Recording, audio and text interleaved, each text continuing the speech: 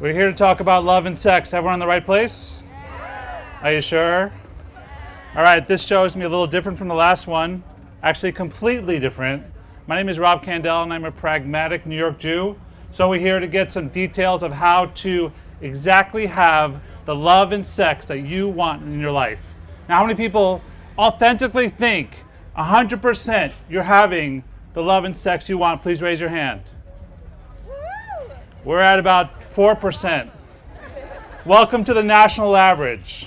This is the state of the world we're in right now. I'm not exactly sure why, but this is where we are. So today we're going to talk about a couple things. First, I'm going to give you an introduction of who I am, why I'm up here, and why you should listen to me, basically the cred. Then we're going to talk about the concept of approval, which is what's approval have to do with love and sex, but is the paramount, most important piece around love and sex. We're going to talk about telling the truth. We're going to talk about why compromise sucks. We're going to talk about how to live unhidden. And we're going to do some exercises so you get it inside your body. So, is everyone okay with playing today? Yeah. Standing up and interacting and flirting? Woo! It's a love and sex lecture. You're allowed to flirt. Everyone okay with flirting? Yeah. All right, awesome. So, I used to be normal. I was born in Long Island, New York. I was a firstborn male Jew. I was given the encyclopedia of who I should be in the world. Basically, do well in school, go to college, get married, produce grandchildren, do well at work, and retire. It was sort of like the path was laid out for me 100%. And then somewhere along the line, something happened. Well, what actually happened is I went to Burning Man when I was 28. Yeah, anyone know about this Saturn return thing? I didn't know about Saturn return at 28. When I was 28, when I went to Burning Man, my whole life got etch-a-sketched. Walked in a yuppie, came out something different, not quite sure. So what happened at that time in Burning Man, I was married at the time, and I was taking a walk with my wife, and we started to have an honest conversation around sexuality. I mean, just the first time this wellspring of who I was, this wealth, all this bank of who I was hidden in a very strong lockbox in the back of my mind. But for some reason, we were actually sober, believe it or not, and I said to her after this conversation, I said, I don't think you're the last woman in my life I want to kiss. And she turned to me and says, I know you're not the last man in my life I want to kiss. And I was like, what? And we've been together for 5 years at this point, and this truth came out. And I was like, oh my God. So we walked around for hours from place to place, revealing different parts of who we were. Now, it was the first conversation where I actually felt authentic to open up that box and let what's inside out, and my whole life changed. So we came back to San Francisco. We tried swingers clubs, do not recommend it. Started taking courses around sexuality, took more courses around sexuality, and then in 2004, with a woman named Nicole, I opened a business called One Taste. One Taste is a business around relationship, intimacy, and female orgasm. Can I hear it up for female orgasm? Sex and love, the one you desire. So for the next 10 years, till 2014, I was a lead teacher, I was a coach, I ran the men's program, all with this concept of bringing female orgasm or bringing sexuality or just bringing the conversation of sexuality into the world. Because what happens is when you don't tell the truth about your sex life, guess what? You don't have the sex life you want. It's very simple math. If you can't tell someone what you want, we're not mind readers, we can't provide it. I did that till 2014, left, totally burnt out, came to Venice Beach, California, started off my life, met that woman in the back, my muse, Morgan. Everyone waved to Morgan. She loves to be the center of attention. I lie. And from that, I've rebuilt this new relationship. And now I'm engaged, I co-parent 2 kids, I live a gated community in Calabasas, California, and I'm thrilled in my life where it's become. And it all is based on this concept of telling the truth and having it the way you want it. Okay, so great. These are great theories. How do we do this? I'm going to give you 3 or 4 tips today to right now change your life to have it the way you want it. Okay, so let's talk about approval. We live in a society of disapproval. We swim in it. We swim in it so deeply, we're not even sure it's there. Society says you're not smart enough, you're not working hard enough, your hair's too long, your hair's too short, you're working too much, you're working too little, you're too fat, you're too thin, your clothes are wrong, your hair is wrong. Basically, everything that you do is absolutely wrong. Now, why do they do this? They do this to sell us shit, right? It is a commerce-based market. If you're doing something wrong, you might invest to do it right. Now, what happens is that comes back into our relationships and our intimate relationships. And so we actually live with a lot of disapproval starting from ourselves. I'm a total fuck up, I'm too lazy, I'm not thin enough, etc., etc. And then we get that mirrored from our partners. We actually live in every single moment of our life in the concept of disapproval. Now, I want to make something very clear about approval. Approval doesn't mean that you like something in yourself or something that your partner does. The concept of approval is you approve of the person as a whole. And when you approve of the person as a whole, the chance of them actually changing increases significantly. Like you have a computer with a virus, you do not throw away the computer most of the time, you actually try to eradicate the virus. And what that is, in relationship, we're often throwing out the person, grabbing our phone and start swiping left and right, rather than actually trying to eradicate what's happening in between. And in ourselves, we ignore it, we not confront it. This concept of approval allows the space for it to grow. So I was born a New York Jew in the 1970s. Guess what? I was trained to be a chauvinist, misogynistic. Every aspect of my being was programmed inside of me. Now, it wasn't my fault. It wasn't my dad's fault. He swam in the same society, but it got trained inside of me. And when I started to confront and approve of those parts of myself, it no longer ran me. I could actually look at it and connect with it. And those little chauvinist thoughts that popped in my head for most of my life until I started doing the work, I could be like, no, thank you. That thought is not going to help in the moment. You know, I'm going to it's like the Terminator Matrix. Option 1, shoot him. Option 2, shake his hand. I went with shaking the hand rather than shooting myself in the foot. My point is, if I didn't approve and look at these parts of myself, then they would remain in my shadow, hidden, and constantly affecting me behind the scenes. Okay, so there's two things I want to express, and then we're going to do an exercise.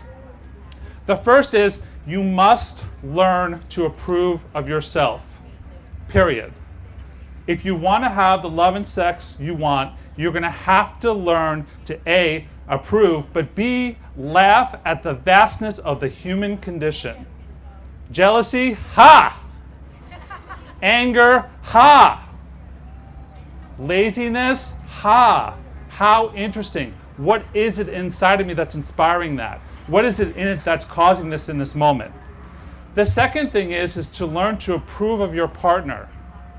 Learn to be like, to know that when they do not take out the trash, it doesn't mean that they're a bad person. It just means that they have a habit that we're going to tweak, and we're going to tweak, and we're going to tweak. And in that process, the chance of them actually taking out the trash, doing the laundry, you know, whatever they're doing in bed, you know, stop. You know, approving another person, it's a little to the left, slow down, and let's talk about this.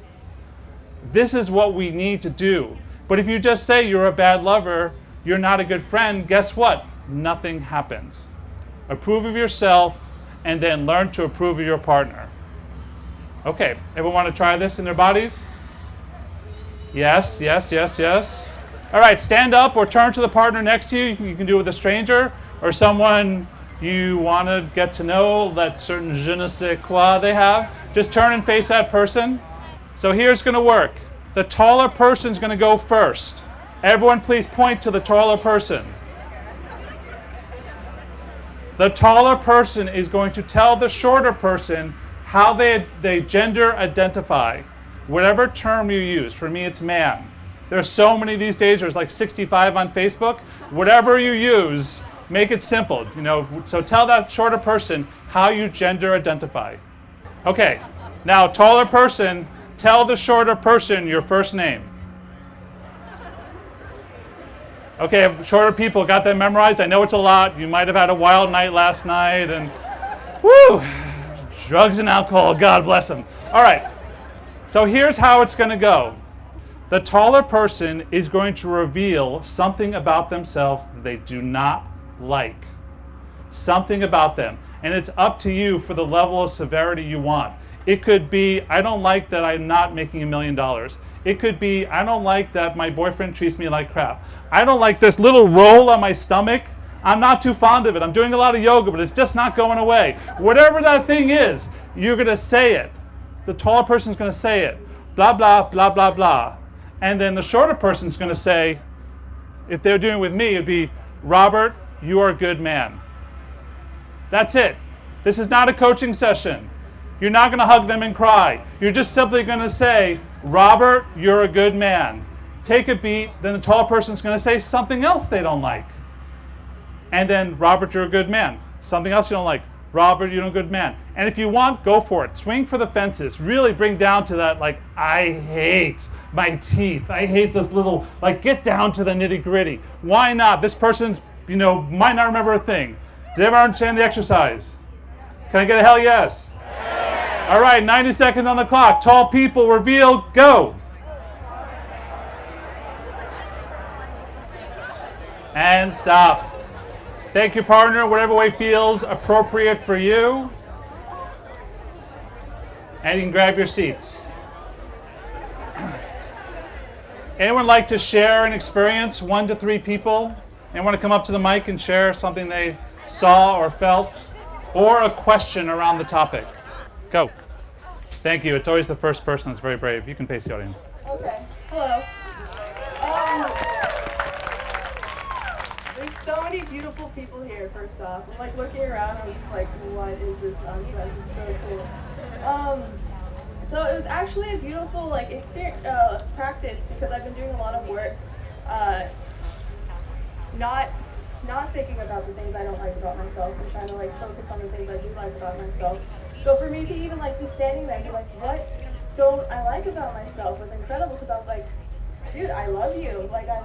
I love all the shit that I used to not like. And so it really was kind of a process. So yeah, I'm just really proud of myself in that aspect, because it's taken a lot of work to say how much I love myself. Give it up. Yeah. Give it up. Yeah. Thank you so much. Yeah, thank you. So when you avoid the parts of yourself you don't like, I call that a spiritual bypass. We can meditate ourselves, we can numb ourselves, but guess what? Those little parts are in the back of your mind. And your ability to actually confront that and feel that and turn that into a power. I once was called a strip club owner by a good friend of mine, the teacher. She said, Rob, you're kind of like a strip club owner. And I'm like, no, I'm sorry, you're mistaken. I'm a really nice guy. And she's like, no, you're kind of a little slimy. You pat the girls on the behind. You like counting the money. You're just kind of like a strip club owner. And I was like, oh. And then I went home and I was just like, I don't want to be you think about strip club owners. And then I was like, I kind of am. There is that part of me. There is that part of, I am geez. And so Halloween was around the corner, and so guess what? I dressed up like Joey the strip club owner. And I had a little pillow around the stomach, and I had a little kiss, and I had a hat and smoked a cigar, and I walked around like a New York strip club owner. I was like, walking around, and it was like, Joey, we love you, giving me kisses, and I was just like, this shit works.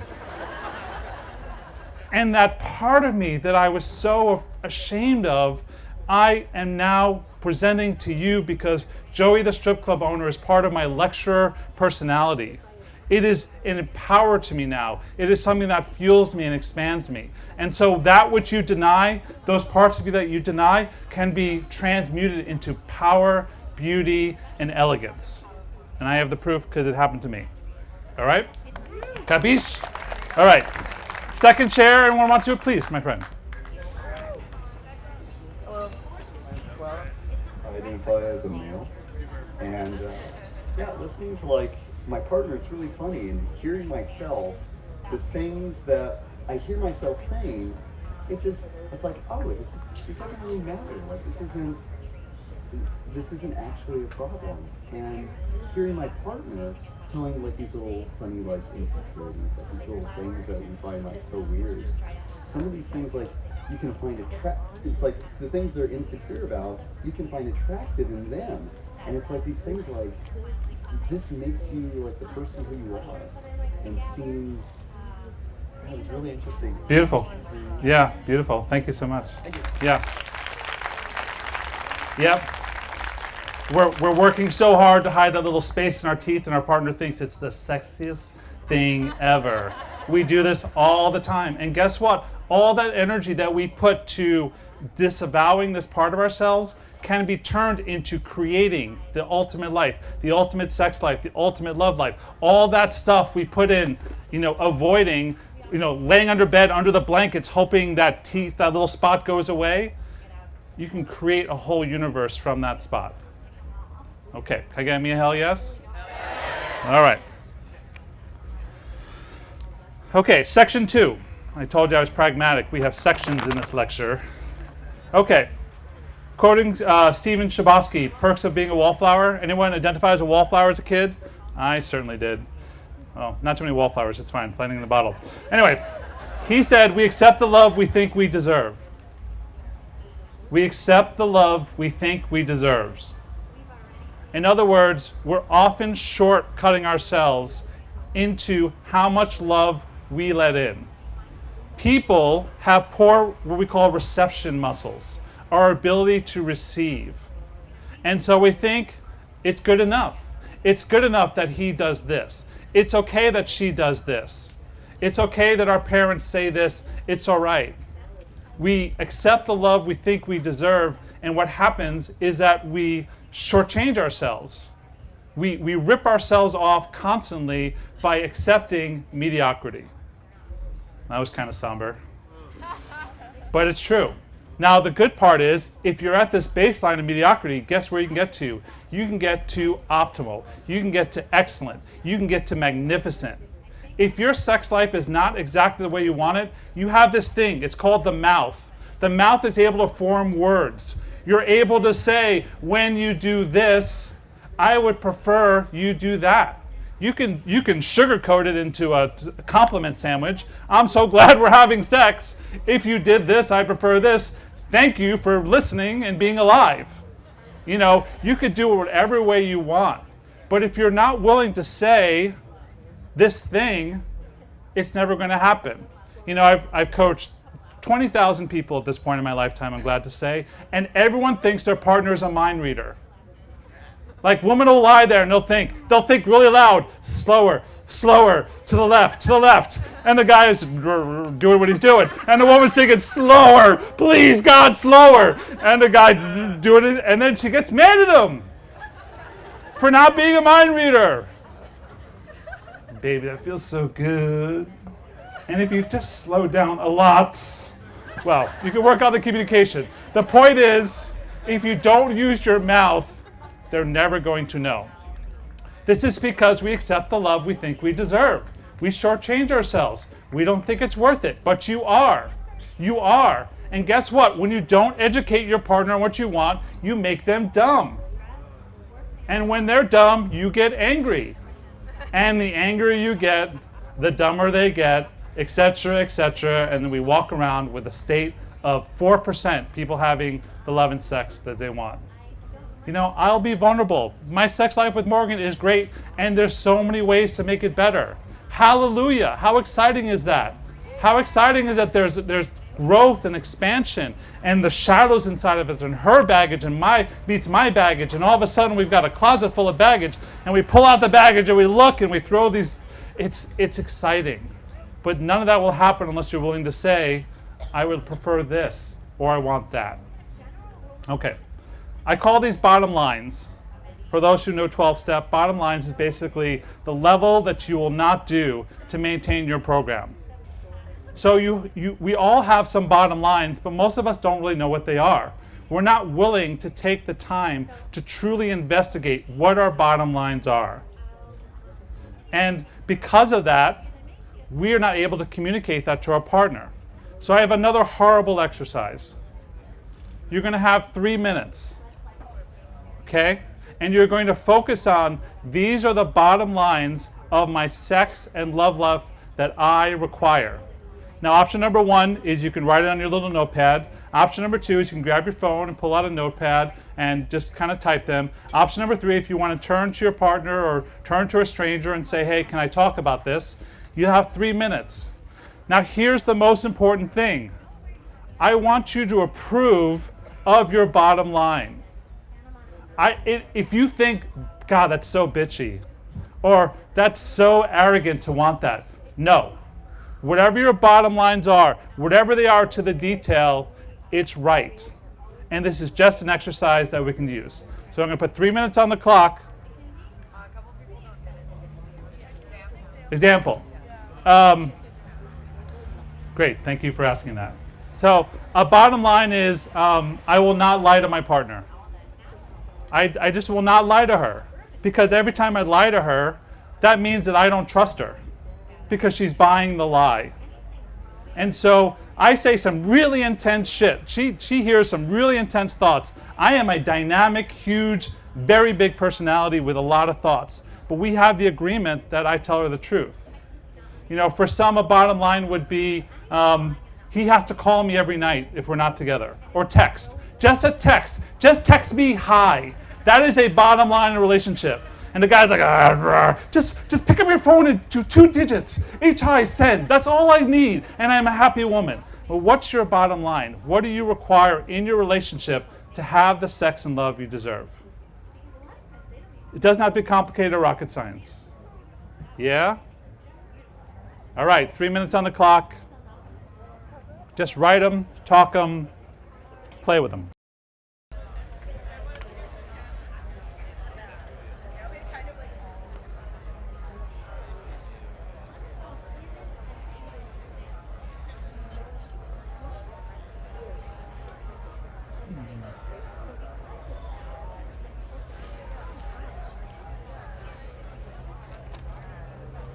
All right, thank you. Thank your partner if you're talking to. Thank yourself for doing the work. Okay, we have time for 1 to 3 shares. Anyone want to come up and share an experience about your bottom lines or something you'd like to talk about?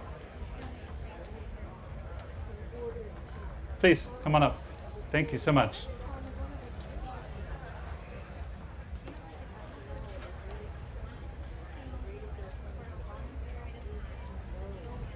Hi, my name's Alyssa. I made my bottom lines honesty.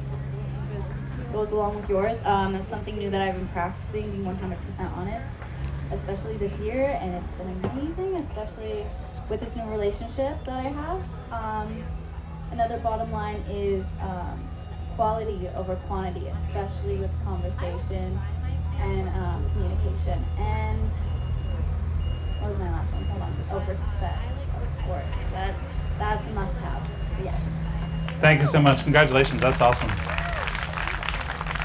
Anyone else want to come up, share their bottom lines or something they saw, something they learned?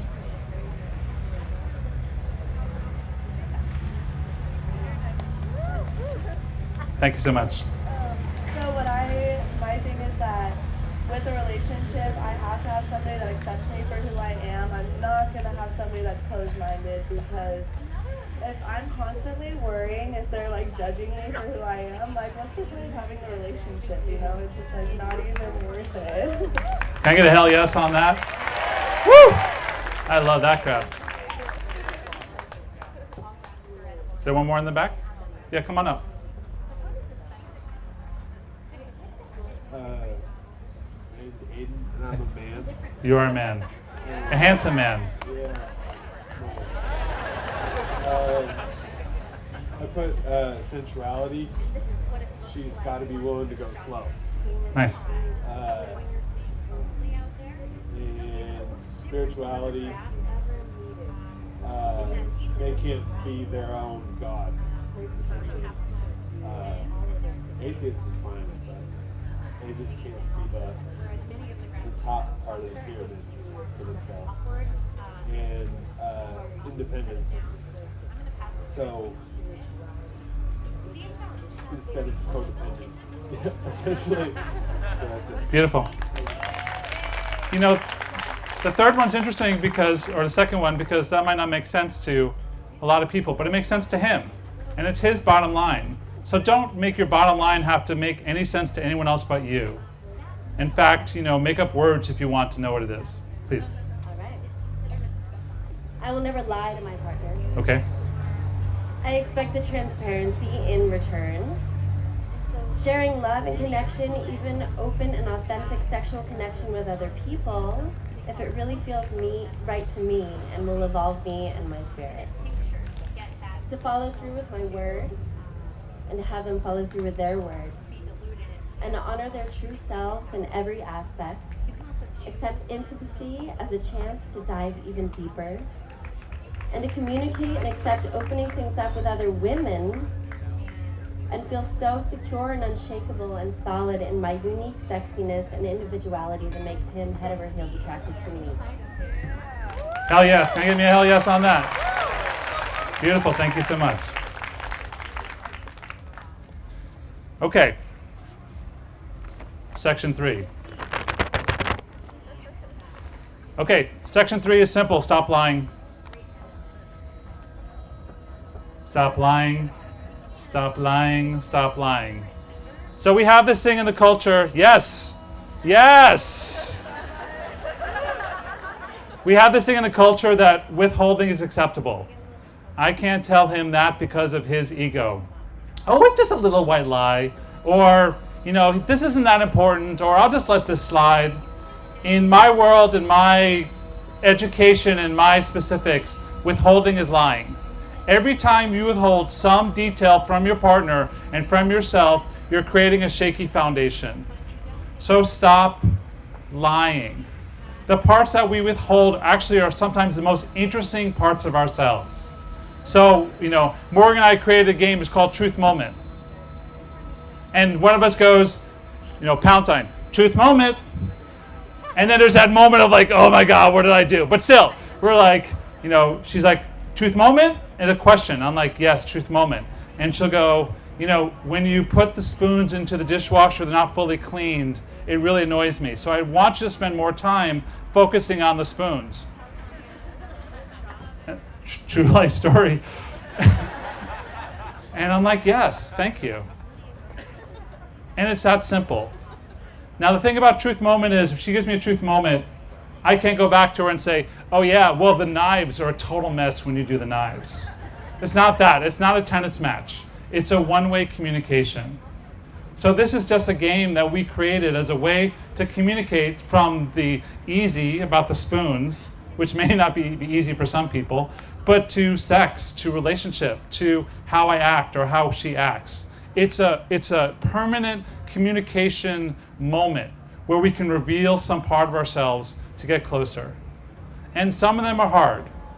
And some of them sting for a long time. But the truth, the tough love truth is when it actually reverberates inside of you and changes you.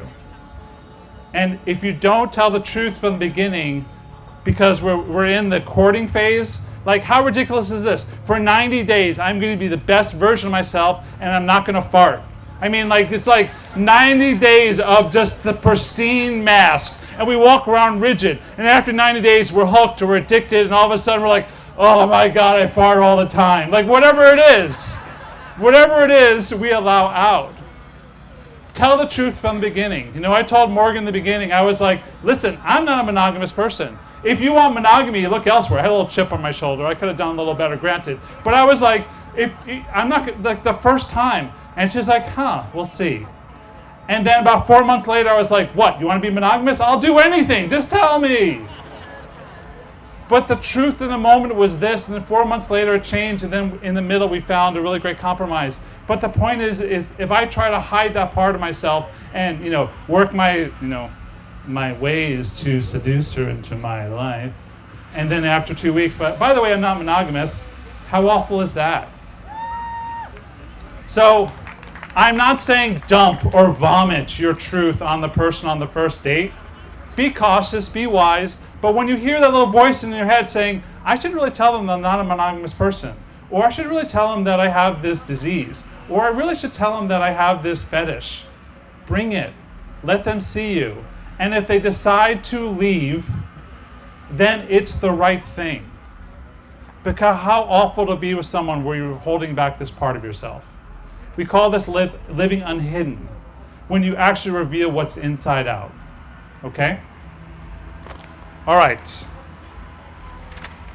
Last section, I'll take some questions. Okay, so I want to talk to you about a reality that's happening, and that is romance is totally fucked up in the 21st century. Has anyone noticed this? Has anyone noticed that things are really getting fucked up and they're getting worse? I know more attractive, beautiful, powerful women who are single. I know more powerful, attractive men who are single than any time in my entire life. Now, I grew up in the 70s and the 80s. It was very straightforward. It was very John Hughes. It was very, like you go on a date, you flirt, you with the boombox in the field, John Cusack style, whatever you do. But now these millennials, how many millennials are out there? You guys have fucked this whole thing up. Now, I'm happy because the thing needed to be fucked up. Obviously, what happened in previous generations with divorce rates and unhappiness and cheating wasn't working. But I just want to communicate that things are fucked up in the 21st century. And I want to give you some reality around this because I've done a lot of research around it. Okay, here's some weird things that have happened and not so weird. The first is there's this thing called Tinder. Everyone know Tinder? Tinder is totally fucked up romance in the 21st century. Now, I think it's a great tool. I love my cell phone. I love the OkCupid. I love all the options that people have.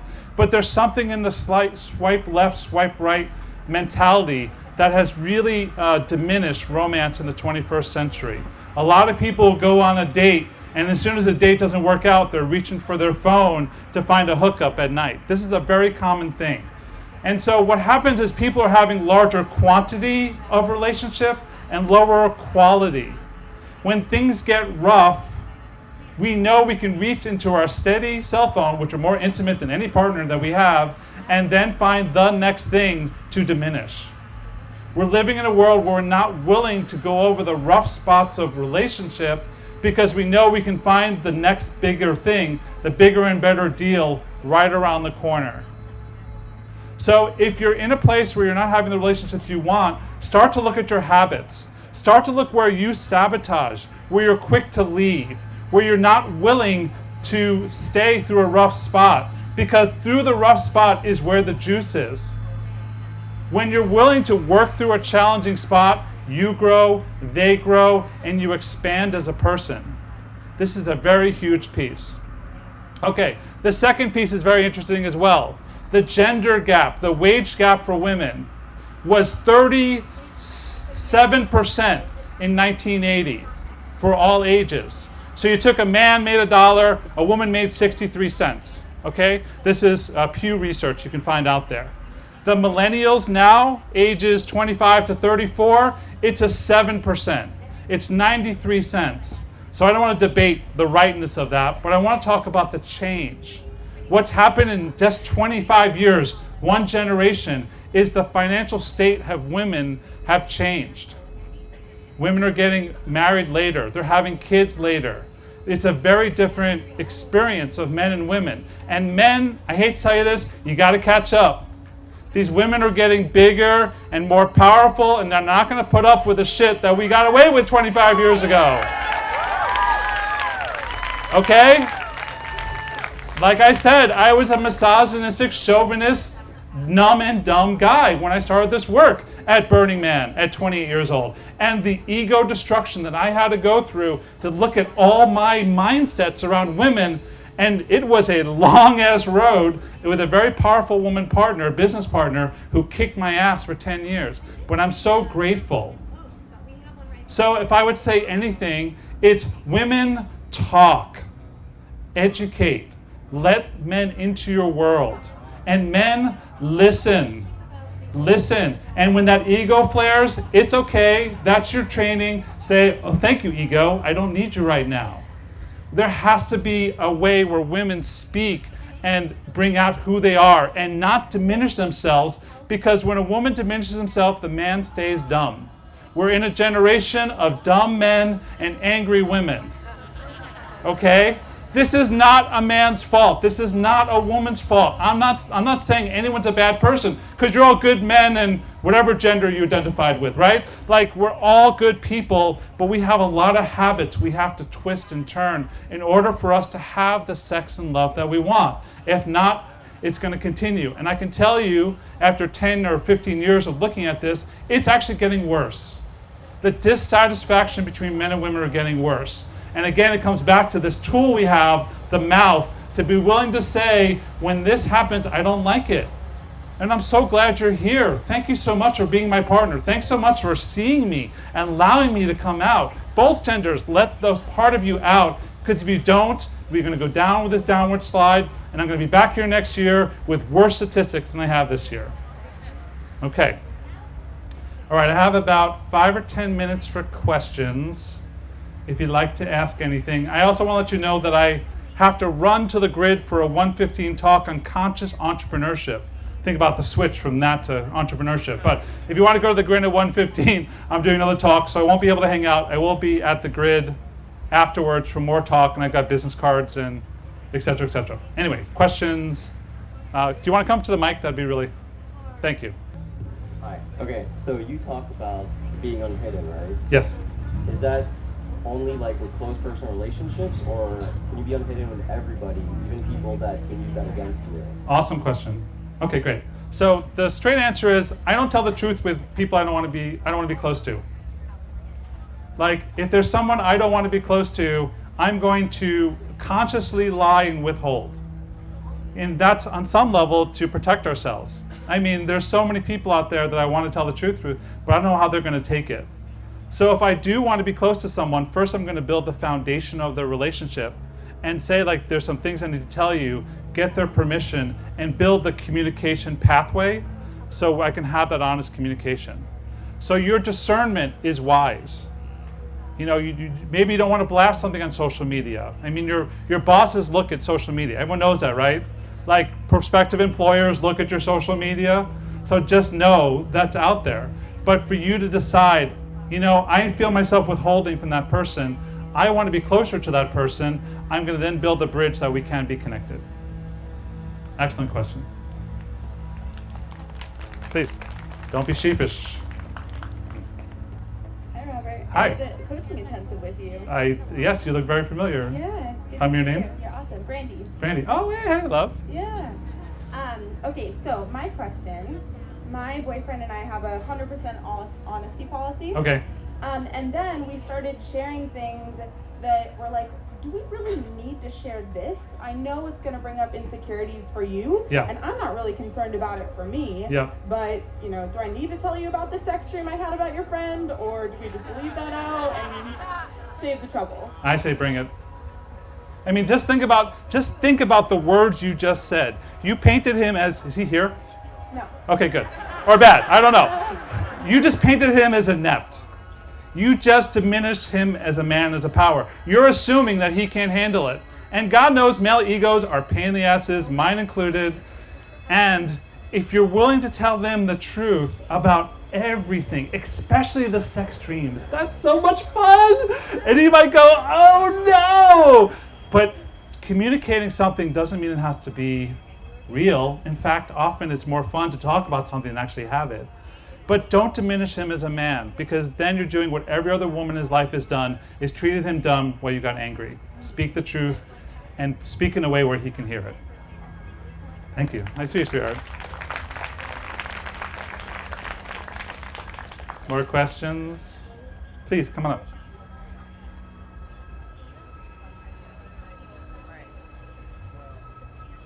This one's like a little complicated. Will you speak to the mic, please? Thank Yeah. you. So I feel like I'm pretty like open and honest, like to talk things out. Yeah. I'm like with somebody who has grown up kind of. They always keep on like a positive face. They kind of avoid like talking about problems, and they like move on. So they always have like the happy, like positive demeanor. So when I do try to talk about things, they kind of run away, avoid it, try to not deal with it. Is there something that you can do to like deal with that, or do you just like move on to another person, or like what do you do in the situation? Well, it's a question of investment. You know, in business terms, it's an ROI, it's a return on investment. So it's sort of like, all right, I'm going to willing to put this much energy into you to see if you return. And I can tell you this, that there's a reason that the life coaching business and the therapist in the marriage, it's there for a reason. And or maybe it's a women's group or a 12-step program. There's many options. I'm not like prescribing, but you want to be able to have another party there to say, I just felt you withdraw. Is withdrawing what you want to do? And so don't quit, and because don't quit on yourself, because don't quit on diminishing this part of yourself to fit yourself in their box. Make your box so big that they can expand to make their own box that matches you. And then if they don't want to or they can't. Swipe left, swipe right. That was horrible. Please, my friend.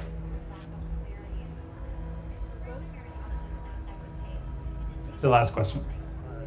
Relationships and everything don't exist in a vacuum. And we're a culture where the idea is presented that men are the hunters and we're supposed to be hunting women. Yeah. I wonder if, we're changing models and we're changing systems, how beneficial would it be for all of us if guys stopped asking women out? Because women know better, I think, who they're attracted to and who they're most likely to want to get down with. So, what do you think about the notion of challenging the whole hunter and hunted, and that the man is supposed to be the hunter? And I think there's a lot of guys in the world that would love to be asked out by a woman. Like, hey, what's up with you? Hey, here's my number. You wanna go out? Like, instead of making it this male thing that they're. Okay, great. It's a really great question. So first off, we're not the hunters anymore. We are the hunted. I hate to break it to you. We may look like the hunted, but that's just them doing their Jedi mind tricks to have you think we're the hunters. It's not true. It's just not true. Okay, so your question begets what's called a formula. And men and the masculine loves formula. Like, if this, then that. It doesn't work anymore because it's the Wild West and things are totally fucked up. And so stop, just get rid of your formula, men asking women out, blah, blah. Do what feels good. Do what scares the shit out of you. And be willing to just know that you trying is enough and part of, don't fear rejection so much. So one, be open to be asked out. And two, if you find someone attractive, say, hi, how you doing? How you doing? Be willing to be that. Because some women, a demographic of women, are not going to say anything. And they're just going to sit there and wait, pleading for you to read their minds that they want you to ask them out. So you gotta, there's no demographic that's a woman's like, get out of my way, I want him, I'm hungry, man. It's the spectrum nowadays. So the last thing I would say is pay more attention. Just don't pay attention to what the surface is, be willing to pay attention to the nuances. Because most men don't feel the nuances, and women notice all the nuances. I mean, they check you out from top to bottom, your shoes, your pants, your shirt, the lack of the belt, the hair, everything. They're done in 0.8 seconds. Men are like the long. But anyway, the point is that learn to pay more attention. Learn to see more, and then you'll notice, oh, she smiled at me. I can go up and text or say, hi. Send. All right, I'm gonna close there. I've got business cards up there. I do a podcast every week called Tough Love. I do this every week where I rant or have guest stars and coach. Practice your things. Anyone get some good nookie this weekend because of me? Well, think fondly of me, and I appreciate that. All right, thank you so much.